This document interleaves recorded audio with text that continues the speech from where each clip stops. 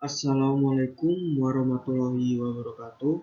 Perkenalkan, nama saya Ivan Wirapramana. Saya dengan NIM 2452317. Di sini saya akan menjelaskan evolusi deployment and konfigurasi server.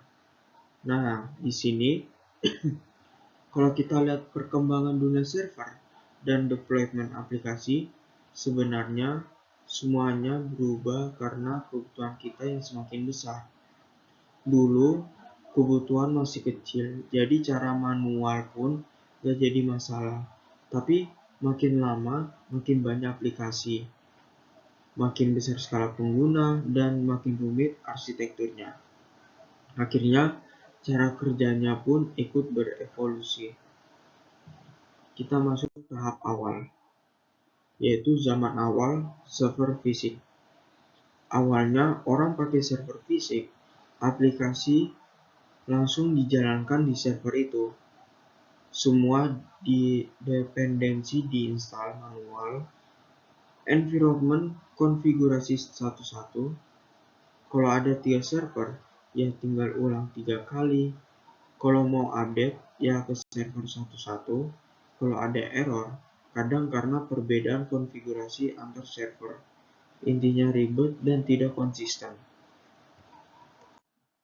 Lalu, kedua, muncul virtual machine (VM). Setelah itu muncul VM. Tujuannya supaya satu server fisik bisa dipakai untuk banyak aplikasi tanpa saling ganggu. Karena setiap VM punya OS sendiri dan environment sendiri. Memang lebih rapi dibanding manual di server langsung. Cuma VM itu berat, bootnya juga lama, makan resource-nya terlalu besar. Kalau butuh banyak instance, effortnya juga harus besar. Lalu masuk ketiga. Setelah itu datanglah Docker. Nah, masalah seperti itu akhirnya melahirkan Docker. Dengan Docker, aplikasi dibungkus menjadi satu paket yang sudah berisi semua dependensinya. Jadi kalau kita deploy ke server manapun, hasilnya selalu sama. Docker juga jauh lebih ringan dibanding VM karena dia tidak membawa OS penuh. Startnya cepat dan sangat mudah untuk digandakan.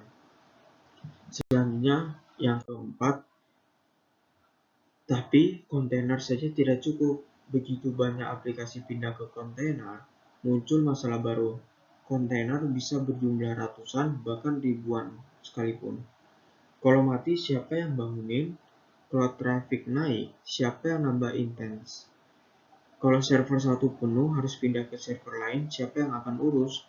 Kalau manual, semua tetap ribet. Nah, yang kelima ini, Kubernetes hadir sebagai pengatur kontainer. Kubernetes muncul untuk menyelesaikan masalah itu. Dia otomatis mengatur kontainer sesuai kebutuhan kita. Kita cukup bilang ingin berapa intens, ingin TP deployment apa, pengaturan skalanya bagaimana. Dia memastikan aplikasi selalu berjalan. Dia restart kalau mati, scaling otomatis, update tanpa downtime, dan distribusi beban antar server. Yang keenam ini kita dapat rangkumin perjalanannya tuh. Pertama, server fisik itu yaitu cuman manual banget, terus tidak konsisten dan susah di scale. Lalu lahirnya virtual machine (VM). Dengan VM ini kita akan adanya perapian, terisolasi tapi berat dan masih banyak manualnya.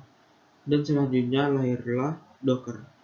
Dengan Docker ini, dengan adanya keringanan, cepat, konsisten, gampang diduplikasi, ideal untuk microservice.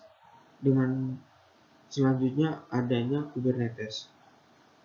Otomatisasi sepenuhnya, self-healing, scaling otomatis, manajemen cluster berskala besar. Setiap tahap muncul karena tahap sebelumnya mulai nggak sanggup dengan kebutuhan zaman. Sekian dari saya, mohon maaf. Wassalamualaikum warahmatullahi wabarakatuh.